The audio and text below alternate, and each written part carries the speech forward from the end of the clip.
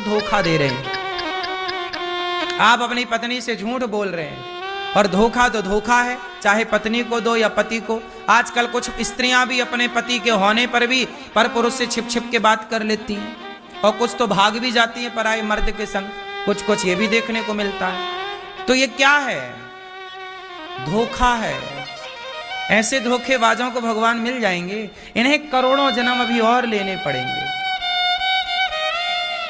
इसलिए कहता हूं, आप जीवन को ऐसा जियो कि आपके जीते जी आपको ऐसा फील हो कि मैं बैकुंठ में हूं, और जो यहां बैकुंठ में वो वहां भी बैकुंठ। फिर तुम्हारी दुर्गति नहीं होगी, सदगति होगी। आज्ञा का पालन। क्यों मैया? ईश्वर की आज्ञा क्या है? पति कौन होता है? बोलो। पति भगवान है। ईश्वर कहते हैं कि पति को भगवान की तरह मानो। ईश्वर कहते हैं कि पत्नी को देवी की तरह सम्मानित करो। यत्र नार्यस्तु पूज्यन्ते। आप अपनी पत्नी को थप्पड़ मार रहे हैं, आप अपनी पत्नी को मार रहे हैं, इसका मतलब आप ईश्वर की आज्ञा का उल्लंघन कर रहे हैं। कहीं ये आज्ञा नहीं है कि आप अपनी पत्नी को मारो। मारने का अधिकार नहीं है आपको। यदि कुछ बात समझ में नहीं आ रही, आप डांट सकते हैं, बस आप मार नहीं सकते। बात सही है।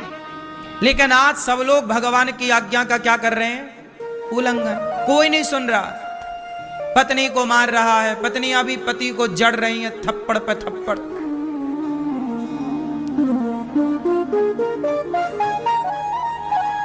एक दूसरे से कोई कम नहीं। कोई आजकल बेटा अपनी मां को मार रहा है, बेटा अपने बाप पे हाथ उठा रहा है, छोटा भाई बड़े भाई को मार रहा है, बड़ा भाई छोटे भाई का मर्डर ही कर दे रहा है। यही चल रहा है ना दुनिया में। कोर्ट कचहरी जाओ, भरा पड़ा है सब अपराधों से। बोलो हाँ। स्त्रियों को दूसरा अच्छा लगा तो पति को टाए कर दिया। कई पत्नियां मर्डर करके जेल में हैं, पति का मर्डर कर दिया क्योंकि पराये पुरुष से प्यार हो गया था, उसके चक्कर में इसको साफ ही कर दिया। बाद में पकड़ी गई तो जेल की हवा में। सब चल रहा है। बोलो हाँ। क्यों हो रहा है सब? क्योंकि एक ईश्वर की आज्ञा का उल्लंघन हुआ, एक ईश्वर की आज्ञा का पालन नहीं कर पाए। इसलिए अपने जीवन को वेद के अनुसार जीना चाहिए, धर्म के अनुसार जीना चाहिए। प्राण जाए पर धर्म ना जाए। प्राण जाए पर वचन मीन्स धर्म, धर्म ना जाए। छोड़ देंगे सब कुछ पर धर्म नहीं छोड़ेंगे। हमारे देश में यही तो है, हमारी संस्कृति यही तो सिखाती है। मर जाना बेहतर है साहब, धर्म का परित्याग नहीं। इसलिए हमारे राजा महाराजा, हमारे देश की तमाम स्त्रियां जौहर कर लेती थी। माता पद्मावती ने जौहर कर लिया पर अपना धर्म नहीं छोड़ा।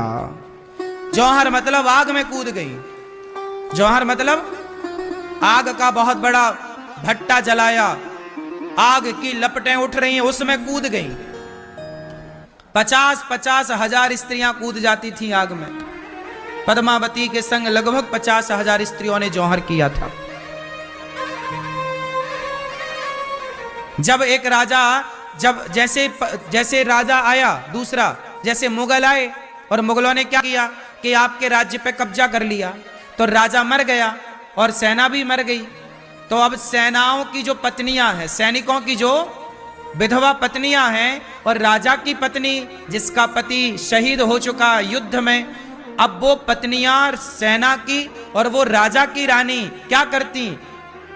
वो जीता हुआ राजा आता था, इस रानी को पकड़कर उसके साथ बलात्कार करता था, इन महिलाओं के साथ अत्याचार करते थे।